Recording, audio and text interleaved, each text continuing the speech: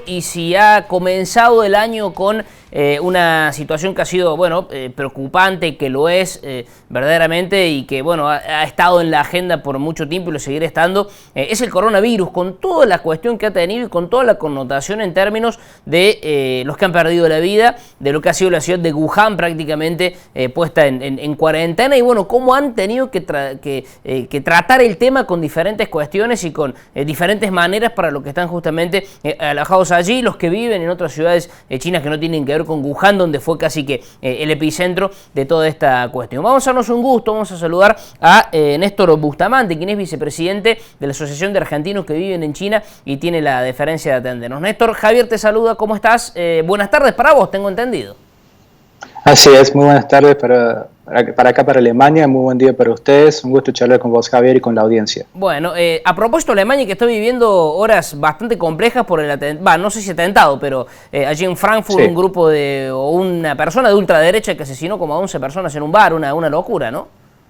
Así es, son bares de hookah que se llama shisha, no sé si conocen, es algo muy tradicional del Medio Oriente que es muy popular en China, en Alemania por la influencia de inmigrantes de Medio Oriente.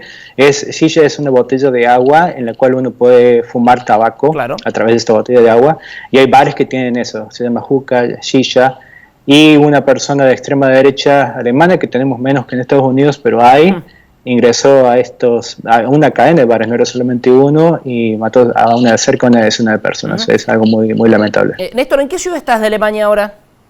En Hamburgo. Estás en Hamburgo, allí al norte, ciudad preciosa, cerca de Dinamarca, puerto, la verdad que un lujo. Bueno, te pregunto por China, viviste 6 años en Shanghái, ¿cómo ves esto del coronavirus? ¿Qué situación te planteas ante todo lo que se conoce y el diagnóstico que se ha dado con la cantidad de víctimas, ¿no? Claro, es una buena instancia para hacer un ejercicio de pensamiento crítico y tratar de contrastar datos y entender un poco lo que es el contexto del nuevo coronavirus, el COVID-19. Lo que hay que entender primero es que muchas personas están contrastando esta situación con lo que fue la epidemia de SARS, que fue entre el año 2002 y el 2003, y fue una situación muy distinta. Número uno, China no era una potencia mundial, China era una potencia emergente, y recién estaba empezando a convertirse en lo que es ahora. Y China tardó 2 meses en informar a la Organización Mundial de la Salud de que había una epidemia de un nuevo virus. En este caso, China informó al día siguiente, han estado trabajando con la Organización Mundial de la Salud desde el minuto 1 prácticamente de la epidemia, y China ya es una potencia mundial. De hecho, está a un nivel muy superior en lo que es investigación y tecnología de Estados Unidos, excepto en la parte militar, por supuesto, que Estados Unidos invierte muchísimo en lo que es guerra y armamento.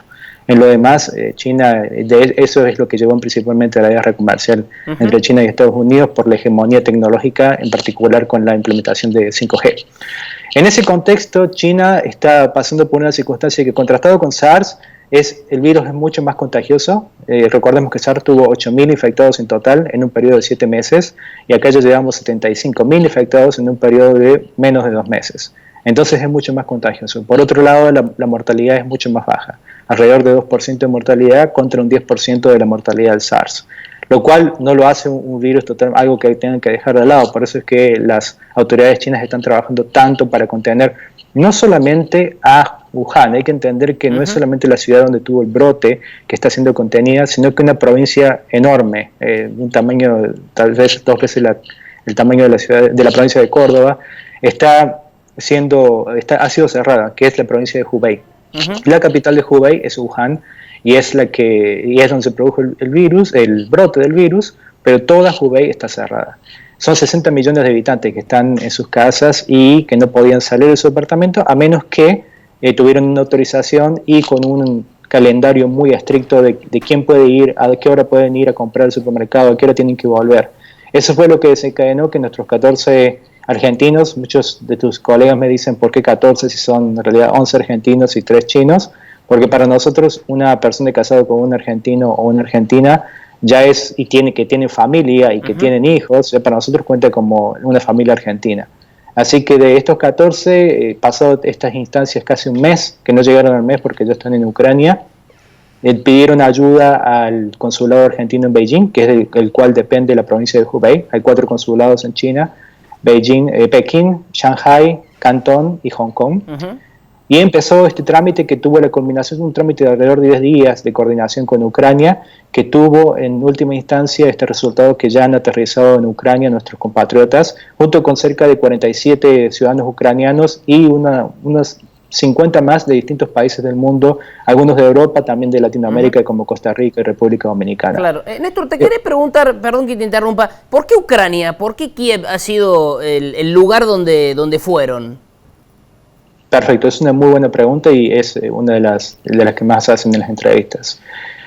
La razón por la cual no podemos, muchos deben tener en la cabeza la evacuación de los estadounidenses. Por ejemplo, Estados Unidos mandó gente, 2 o 3 aviones a Wuhan a retirar ciudadanos estadounidenses, y Australia también. Ellos están en bases militares. Y la diferencia que hay entre Estados Unidos y Argentina, y Estados Unidos y Australia y Argentina, es que nosotros no estamos a un vuelo directo de China. De hecho, China y Argentina están en las antípodas. Es más fácil cavar para llegar a China que hacer un vuelo directo. Por eso es que sí o sí un procedimiento o una operación de evacuación iba a necesitar de un tercer país en el cual se hiciera escala. Un tercer país en el cual se hiciera escala, y a su vez, por los requerimientos de la Organización Mundial de la Salud y del gobierno chino, en esta escala los pasajeros iban a tener que hacer una cuarentena de 14-15 días. Esta es la razón por la cual se buscaba a un país que ya estuviera evacuando, porque sí o sí iban a tener que quedarse en ese país los argentinos, no hay un vuelo directo, y tuvo la coincidencia de que Ucrania estaba evacuando a sus ciudadanos junto con otros ciudadanos europeos y de Latinoamérica en este día, el miércoles. Así es como se procedió a hacer la evacuación junto con el gobierno de Ucrania en una triangulación diplomática que no fue perfecta, porque tenemos que admitir aún que los ciudadanos chinos no pudieron viajar.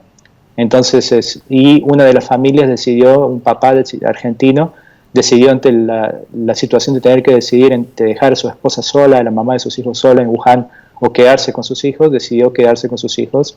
Y por eso es que en lugar de 14 son solamente 8 los argentinos que han sido evacuados a Kiev, en Ucrania, solamente 6 adultos y 2 niños.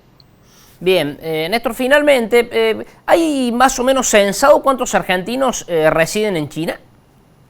Así es. Los datos oficiales de Cancillería son de alrededor de 5.000 argentinos. De estos 5.000, 3.000 son argentinos que no hablan español, que culturalmente no son tan argentinos, pero tienen DNI y pasaporte argentino. Son hijos de chinos que emigraron durante el siglo XX de la provincia de Fujian a Argentina, obtuvieron la nacionalidad, tuvieron hijos, pero después sus hijos regresaron a China. Entonces no son de los que encontramos en Jujuy, en Córdoba o Buenos Aires, pero son ciudadanos argentinos. Después de esos 3.000, quedan 2.000 que son viajeros de los últimos 20, 30 años, algunos viviendo por hasta 20 años en China, y de esos cerca de 400 son socios de la Asociación de Argentinos en China. Y de los que son activos en redes sociales son cerca de 800.000. Claro, porque está esto que quienes tienen su niño aquí en la Argentina, de que se lo envía a China para educar el idioma y demás. Es más o menos así esa cuestión que planteabas al principio, ¿no? De los hijos de los chinos residentes en la Argentina, que son ciudadanos argentinos, pero que de pequeños se van a educar al país, ¿no? Así es, así es. Muchos de ellos no regresan, y ese es el caso de estos 3.000. Claro. Algunos estarán por regresar en algún momento, van a ser parte de la comunidad china. Es una comunidad que sucede incluso acá nosotros también. Alguna parte de la comunidad habla inglés y es más fácil para nosotros integrarnos, y una gran parte nosotros no podemos integrar a esa comunidad. Mi esposa habla, por ejemplo, perfecto chino y es parte de lo que es la cultura china. En mi caso, tengo una burbuja en la cual soy un inmigrante y no estoy totalmente integrado. Hay, sí, partes y miembros de esa cultura china que hablan inglés y que son más internacionales y con los cuales uno se relaciona más. Néstor, un gusto, te mandamos un abrazo desde la ciudad del Hamburgo, del San Pauli, de mucho fútbol, del puerto, de la libertad de los 60, cuando los Beatles iban a tocar allí en Hamburgo. Gran abrazo, gracias por contarnos todo esto, es un gusto tenerte.